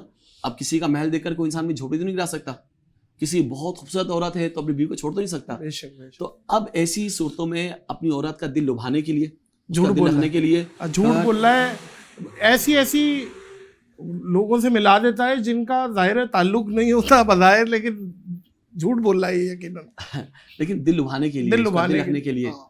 اور یہ سمجھیں کہ اور ہونا بھی چاہیے نا. جب آپ کو اپنی بیوی اچھی لگے گی تو آپ کتنے گناہوں سے بچ جائیں گے. جب نکاح کرنا نصف ایمان کو محفوظ کر دیتا ہے، اس کا آدھا ایمان بچ جاتا ہے، تو اپنی بیوی کے سامنے اس کا دل لکھ رہا ہے، اس کو خوشی داخل کر رہا ہے، اور ظاہر سی بات ہے آپ کے جو بچے ہیں، آپ کی جو نسلیں اس کی گود میں پلیں گی، تو اگر اس کا مورال آپ اوپر نہیں کریں گے تو اس کے دل میں خوشی کیسے داخل ہوگی. بے شک. تو یہاں پر جھوٹ بولنا جائز ہے. اور تیسری بات یہ ہے کہ لڑائی کے اندر، جنگ کے اندر، اگر کوئی جہاد کا موقع ہے، جنگ کا موقع ہے، تو وہاں کافر کو آپ دھوکہ دے سکتے ہیں، جھوٹ بول سکتے ہیں، ایسا عمل کر سکتے ہیں تاکہ اس کو دھوکے میں مبتلا کر کے آپ کو فتوحات مل جائے. یہ جائز ہے. تو وہ انگریزی میں ایک سینگ ہے نا، everything is fair in love and war. ہاں، تو وہ کہیں یہیں سے تو نہیں ہے کہ بھائی وار میں ہر چیز فیئر ہے، ہاں، اور لو میں بھی ہر چیز فیئر ہے. تو آج کل لو بھی تو جنگ بن گئی ہے. ہاں، لو بھی جنگ بن گئی ہے. اور اس چیز پہ میں ایک بات یہاں بھی ایڈ کروں کہ اگر کوئی شوہر پکڑا جائے، بیوی نے پکڑ لیا اور اس پہ جھوٹ بول رہا ہے اسے کور کرنے کے لیے، وہ جھوٹ ہی رہے گا. یہ میں بتا دوں، کیونکہ ایسا کانڈ کیوں کیا اس نے. یہ چیز پہ بھی میں، کیونکہ یہ ہر گھر کا مسئلہ ہے علامہ صاحب، کہ یہ چیزیں ہیں کہ میاں کا موبائل چیک ہو گیا، بیوی نے پکڑ لیا کس سے بات ہو رہی ہے بھائی، تو یہ چیز ہے. تو وہ جھوٹ مطلب اپنے آپ کو صاف کرنے کے لیے وہ تو جھوٹ ہی رہے گا. کیا خیال ہے؟ وہ جھوٹ ہی رہے گا. لیکن میں سمجھ رہا ہوں کہ اتنی تحقیق عورت کو چاہیے اپنے شوہر کے پیچھے نہ کرے، اور شوہر کو بھی چاہیے ہر بات پہ اتنی ریسرچ کر رہا ہے. گھر ایسے ہی تو تباہ ہو رہے ہیں. یہ علامہ صاحب اس کو کھولیں، یہ والی بات جو کی ہے کہ اتنی تحقیق نہ کرے بیوی. ہاں بھائی کیا اچھی بات کر دیا آج آپ نے، مسئلہ حل کرا. میں مردوں کی سپورٹ میں بات نہیں کرنا چاہوں گا، میں خواتین کی سپورٹ میں بھی کہنا چاہتا ہوں کہ مرد بلا وجہ اتنے گمان رکھ رہا ہے کہ بیوی کا کس کا فون آ گیا، کس سے بات کریے، کس کا میسج آ گیا، یعنی اس بیچاری وہ ڈسٹرب ہو رہی ہے، ڈپریشن کا شکار ہو رہی ہے. اتنی اس کے اوپر آپ نے دیکھا ہوا ہے، ایسا لگتا ہے گھر میں سارے کیمرے لگا دیے، بیوی کی نگرانی ہو رہی ہے، اور بیوی دیکھ رہی ہے آفس میں کس سے بات ہو رہی ہے، بالکل کہاں جا رہا ہے، کہاں کھانے پہ جا رہا ہے. اس کو اتنا پریشان کر دیا ہے بیوی نے، وہ شوہر قسمیں کھا کے تھک جاتا ہے، اور بیوی ماننے کے لیے تیار نہیں. بے شک. گاڑی چلا رہا ہے، ہارن بجا کے دکھاؤ، اب وہ باتھ روم میں بیٹھے ہو نل کا کھول کے دکھاؤ، عجیب و غریب فرمائے علامہ صاحب، یہ کیا کہے. خیر یہ خواتین بھی آپ گھر کو ڈسٹرب نہ کریں یار. ڈسٹرب نہ. یہ گھر جو ہے نا، یہ آپ کا جنت نشان ہے. ہاں، یہ امن و سکون کا گہوارہ ہے. انسان جب تھک کر آئے نا تو اس کی پہلی خواہش ہوئی تھکن میں یار گھر جاؤں گا تو سکون ملے گا. بھائی اپنے شوہر کو ایسا نہ کر دیں، بیچارہ وہ تھک کر آ رہا ہے، کہتا ہے گھر نہیں جانا، کہیں اور چلتا ہوں یار. تو وہ جب گھر لوٹ کر آئے نا تو خوشیوں کا گہوارہ ہو. بلکہ اب عرب کی خواتین پتہ کیا کرتی تھیں؟ وہ اپنی بیٹیوں کو نصیحت کرتی تھی کہ جب شوہر آ جائے نا اس سے پہلے تم نہانا اور تیار ہو جانا اور بہترین خوشبو لگانا تاکہ تمہارے شوہر تمہارے قریب آئیں. سبحان اللہ. یہ عرب کی عورتوں کا کلچر تھا، بہت اچھی ثقافت تھی. واہ. آج کل میرے دوست کہہ رہے تھے ہم تو گھر جائیں نا تو بیوی ایسے لگتا ہے کہ وہ آئیڈیکس لگا کے بیٹھی ہوئی. آئیڈیکس بھی پتہ نہیں کون سا تارا میرے کا تیل لگایا ہوا ہوتا ہے علامہ صاحب، کہ پورا کمرہ 80 گز کا مہک جائے گھر پورا. آج کل تو یہ احتیاط کرنی چاہیے، یقین کریں. اچھا مجھے حمزہ علی قادری صاحب کی بات یاد آ رہی ہے. آئے ہائے، مجھے میرے استاد محترم بھی ہے علامہ حمزہ علی قادری صاحب، کیا شخصیت تھے بھائی، واہ. تو فرماتے تھے وہ اکثر کہ تم گھر جاؤ نا یار، تم صاف ستھرے ہو کر جاؤ. ایسا نہ گٹکے کی بدبو آ رہی ہے، سگریٹ کی بدبو آ رہی ہے، اور تم بالکل موالی سے لگ رہے ہو اور گھر میں عورت کے پاس جا رہے ہو. واہ. تم بھی نہا لو یار، بالکل پرفیوم لگا لو. گرم حمام راستے میں پڑ رہا ہے، نہاتے ہوئے نکل جائے.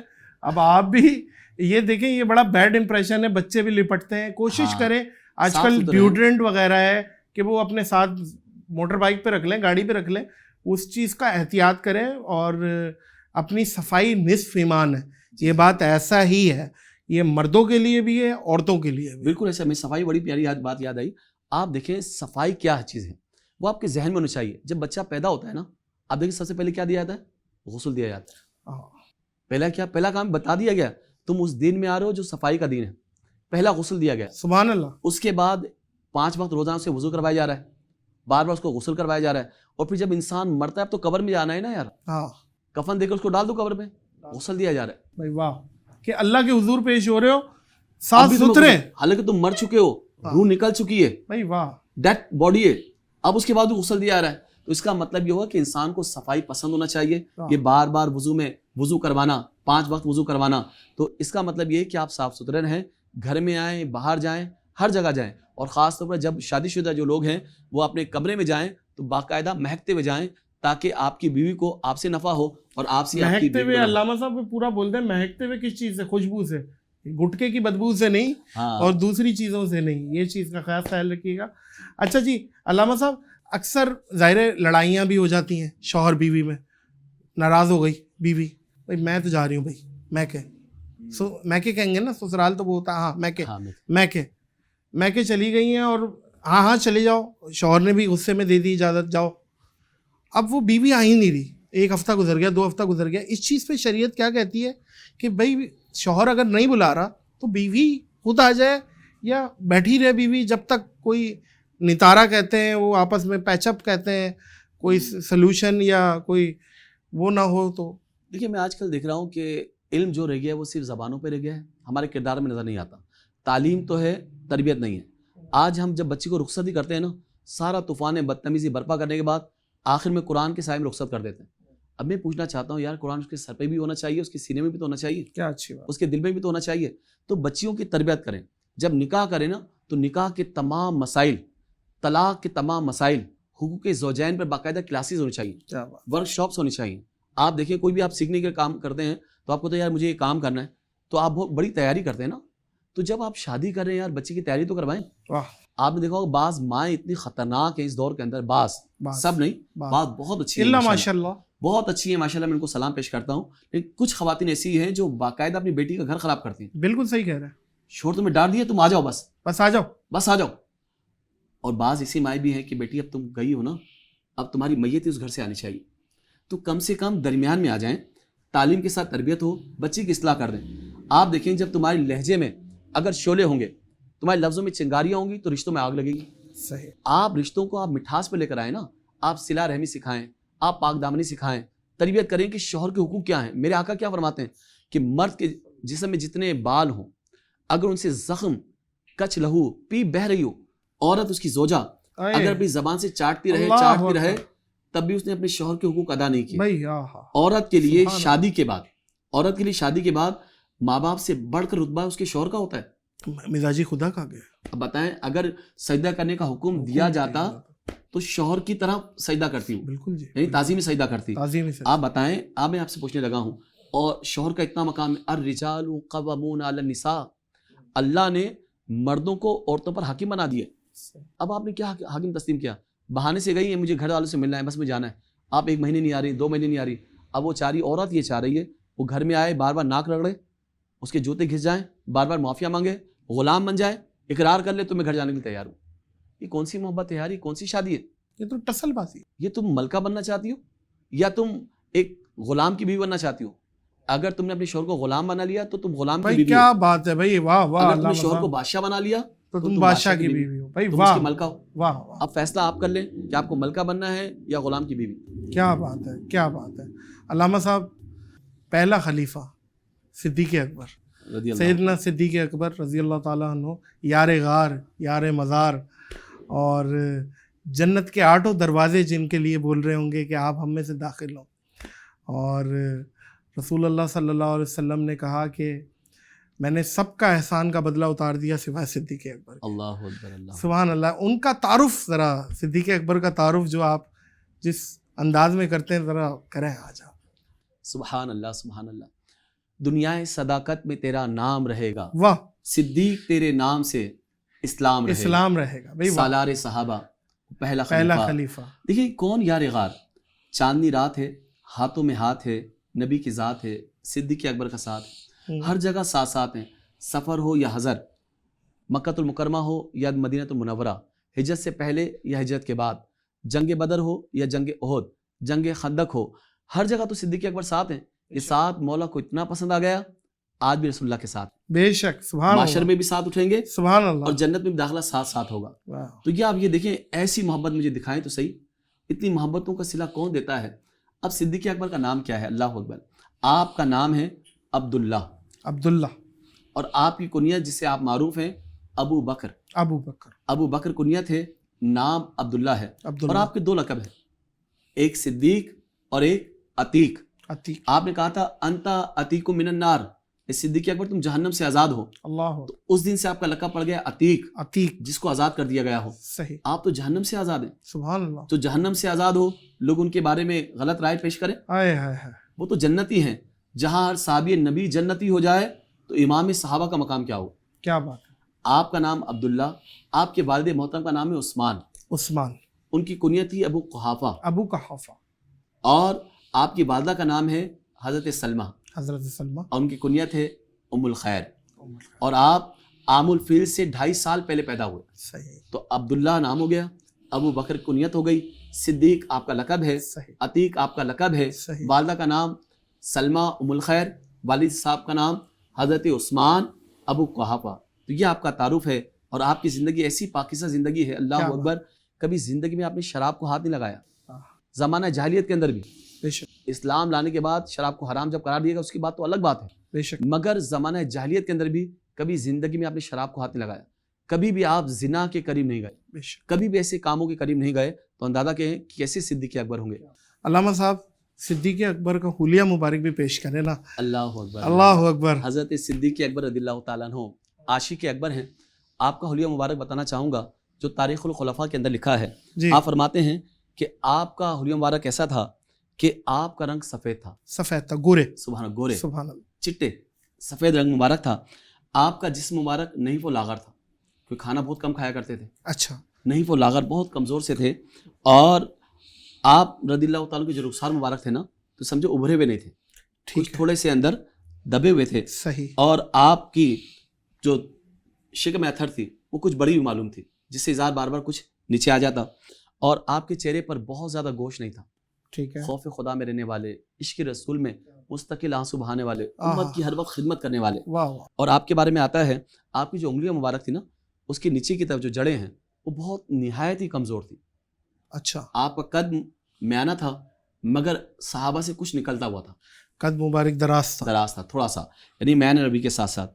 اور آپ اپنی داڑھی مبارک پر، بلکہ صحابہ کہتے ہیں جب آپ ہجرت کر کے آئے نا، حضور کے تمام صحابہ کے اندر سب کے بال کالے تھے سوائے آپ کے. آپ کے بال سفید بھی تھے اور کچھ کالے بھی تھے. اس میں آپ ہنا یعنی مہندی اور کتم کا خضاب لگایا کرتے تھے. صحیح، تو یہ آپ کا چہرہ مبارک تھا. اور ایسا تھا کہ بعض لوگ کہتے تھے آپ کو دیکھ کر سرکار کا چہرہ یاد آ گیا. ماشاء اللہ، سبحان اللہ، سنت کو فالو کرنا، سبحان اللہ، سبحان اللہ.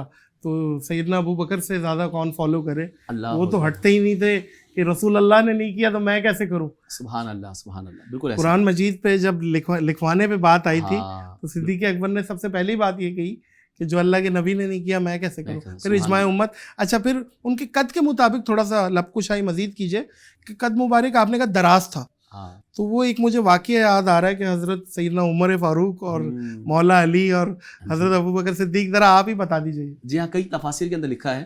ایک مرتبہ چونکہ سب دوست تھے، یاد رکھیے گا، جی جی جی، جناب صدیق اکبر، فاروق اعظم، عثمان غنی، مولا علی، اور زیادہ قرب یافتہ تھے. بے شک، اور ترتیب بھی یہی ہے کہ سب سے افضل صدیق اکبر ہیں، بے ان شک. کے بعد فاروق اعظم ہیں، ان کے بعد عثمان غنی، ان کے بعد مولا علی. اور یہ مولا علی کا بھی عقیدہ یہی ہے. ہاں، مولا علی کا عقیدہ بھی یہ، بلکہ یہاں تک لکھا آپ کے بیٹے محمد بن حنفیہ نے پوچھا کہ بابا اس امت میں سب سے زیادہ افضل کون ہے؟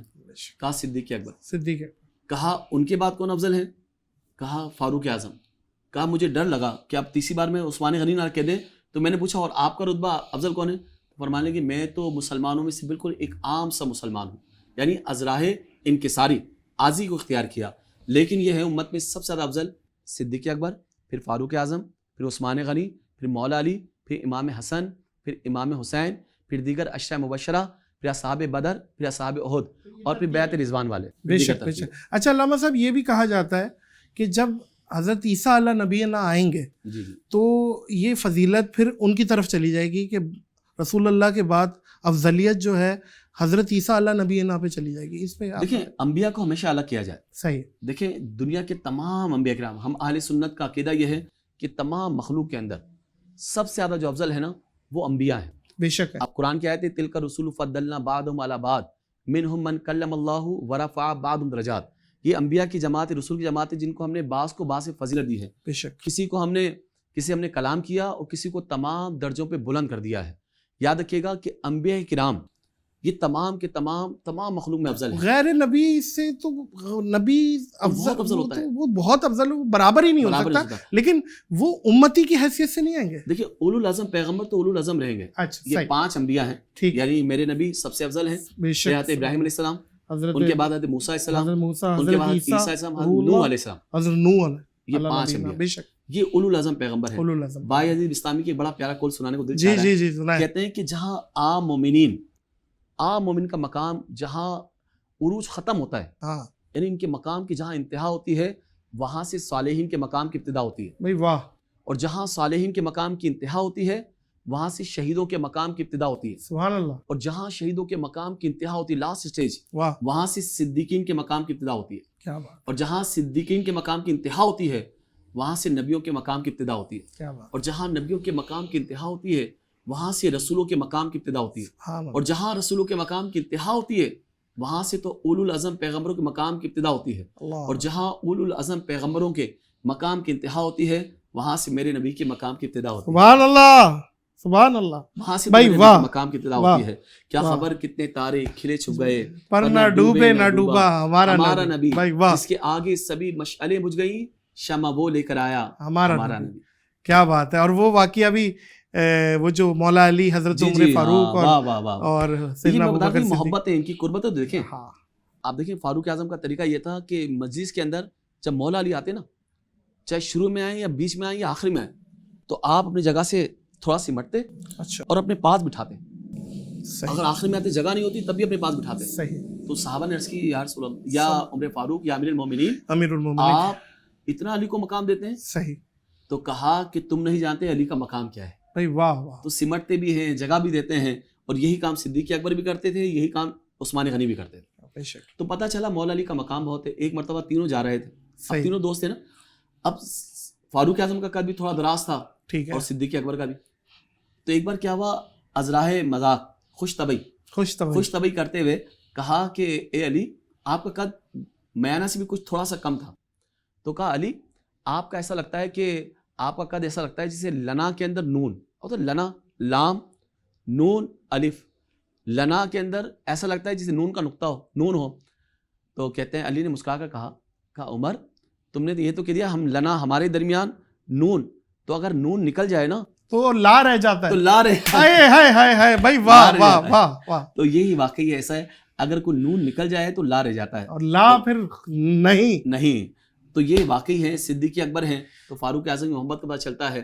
عثمان ہیں تو علی کی محبت کا پتہ چلتا ہے. علی ہو تو صدیق اکبر کی شخصیت پتہ چلتی ہے.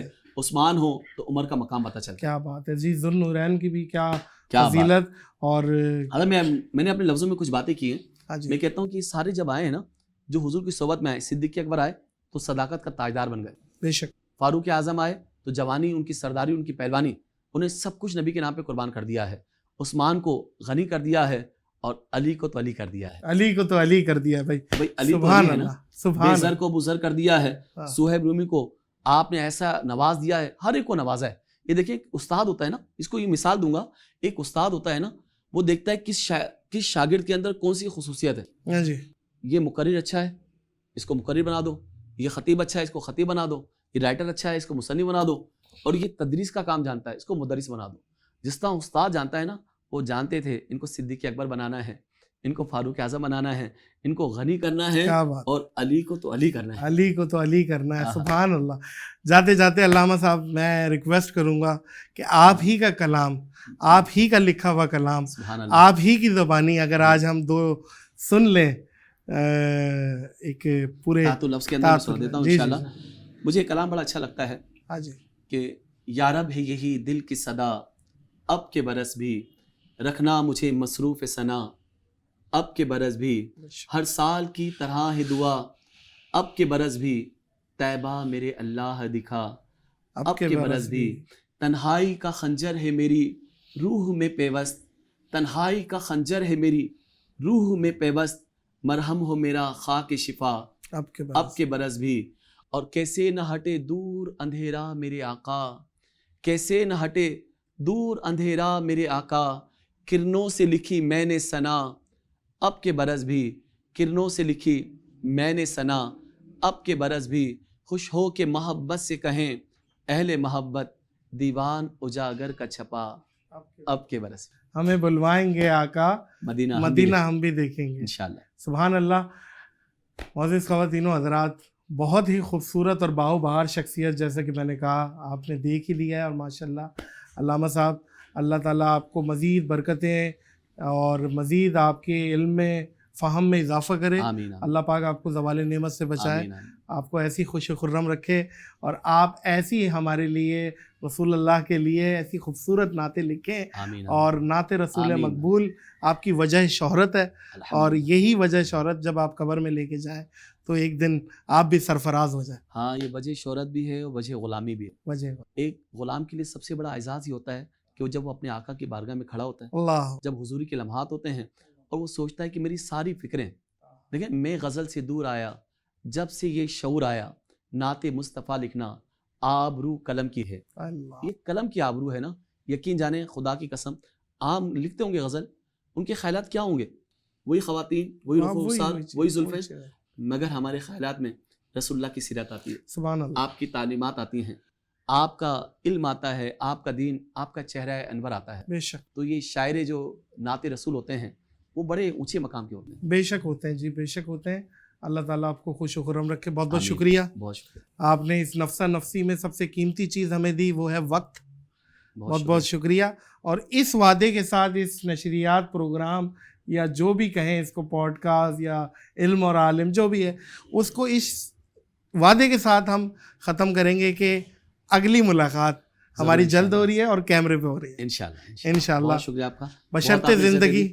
بہت عزت دی. بہت شکریہ آپ کا. بہت بہت شکریہ. بشرط زندگی، بشرط صحت. انشاءاللہ آپ سے پھر کسی اور علماء کرام کے ساتھ، علامہ نثار علی اجاگر کے ساتھ پھر سے ملاقات ہوگی.